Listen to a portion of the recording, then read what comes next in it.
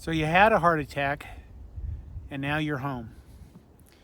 And maybe you've gone through cardio rehab and they taught you about exercise and they monitored you, and you probably learned something about diet and salt and fat.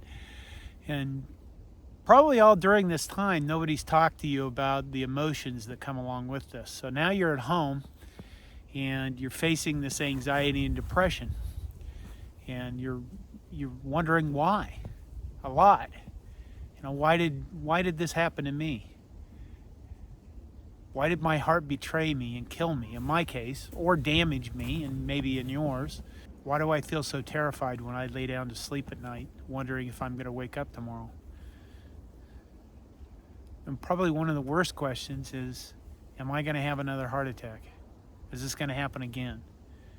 What's happened to the life that I had? What's going to happen going forward? How is this going to change me? How is this going to change how people around me react to me?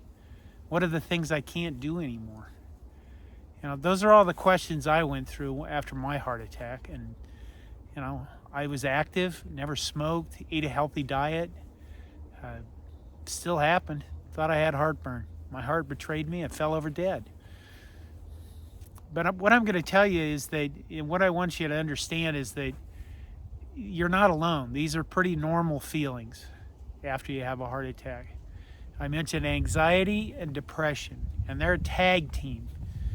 Anxiety is the thing that starts working you up or down when you start asking yourself all those questions that are very hard to answer, a lot of those why questions.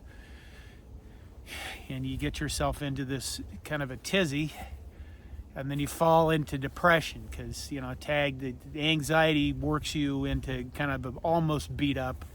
And then depression comes in from the top rope to finish you off.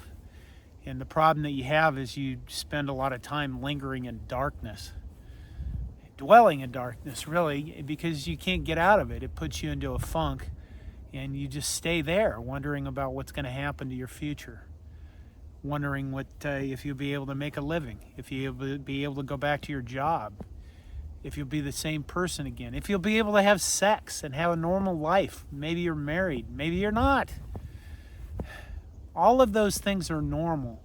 And I think the biggest problem that I see with the heart attack survivors is that, we go to the hospital and they're pretty good a lot of times at dealing with trauma.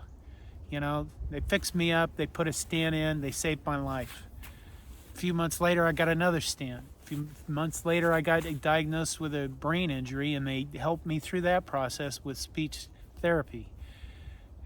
But when I left the hospital and I left their care, there really wasn't anything there that helped with the emotional issues. How do I deal with this anxiety? How do I deal with this depression? And that's what I hope to get through on this channel. But what I wanted to tell you today is that you're not alone. 6 years later, I can still get into a funk about this stuff. And the difference between when I started and now is that it doesn't overwhelm me.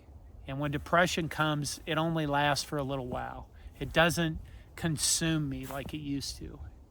Please subscribe for more videos, and we'll try to help you through this, because I'm guessing you're not getting any emotional support otherwise. Let me know in the comments. Thank you, and take care.